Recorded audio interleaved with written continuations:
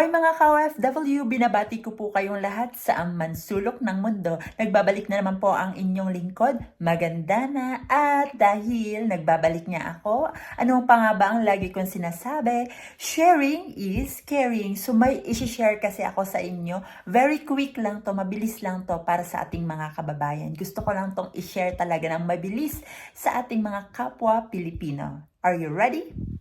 And for today's video, may nagtatanong po kasi paano nga daw ba makahanap ng trabaho sa bansang United Arab Emirates, Dubai man or Abu Dhabi? O ano nga ba yung mga paraan?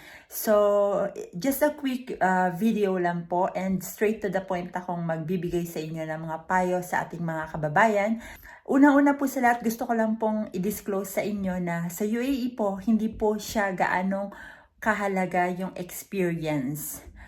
I mean, hindi ko po sinasabi na hindi nyo na kailangan ng experience. May mga mangilan-ngilan pong company na hindi nila binibigyan ng importansya yung kung ano mang experience mo.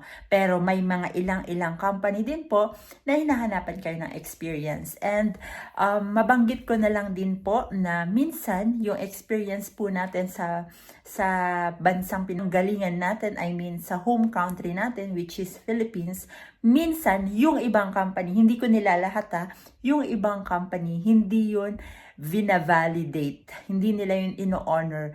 Ang pinaka-importante sa kanila is yung experience outside the Philippines. Pero hindi ko nga nilalahat, pero may mga ilan na company na ganun ang policy nila.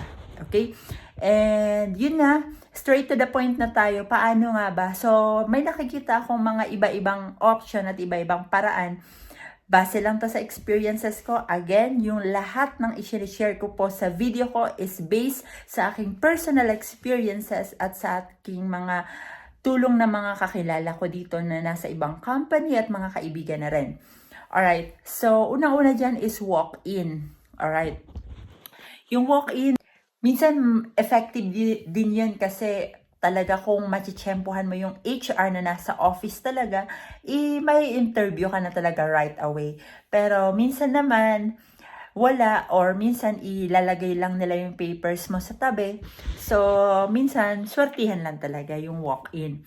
And pangalawa naman is recommendation. Pag nirekomenda ka ng pinsan mo, ng mga family members mo, o ng mga relatives mo, o ng halimbawa kaibigan mo, ayan, yung mga recommendation, magandang paraan din yan para magkaroon tayo o makahanap tayo ng mabilis na trabaho sa bansang UAE or Dubai man or Abu Dhabi.